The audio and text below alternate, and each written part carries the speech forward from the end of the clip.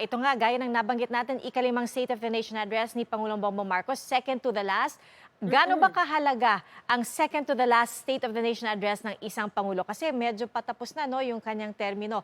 Ano po ba yung mga inaasahan or dapat asahan mula sa ganito? Oo, napakaimportante ngayon kasi, dapat, parang nandun na siya sa stage ng legacy making. Ibig sabihin, ano ba ang magiging tatak ng kaniyang, presidency at ng kaniyang administrasyon kasi less than 2 years na lang ang, natitira sa kaniyang, administrasyon. So, dapat mailatag niya sa taong bayan ano pa ang mga balak niya at ano pa ang dapat niyang gawin. Of course, hindi lang siya ang, administrasyon niya at siyempre, kinakailangan din dahil ang State of the Nation address ay hindi lang diskusyon, ano pa ang problema at ano ang accomplishments ng administrasyon niya, kinakailangan din kung merong mga batas na kailangang ipasa ang, two houses of, Congress ay kailangang i-push na talaga ng pangulo kung gusto niya talaga na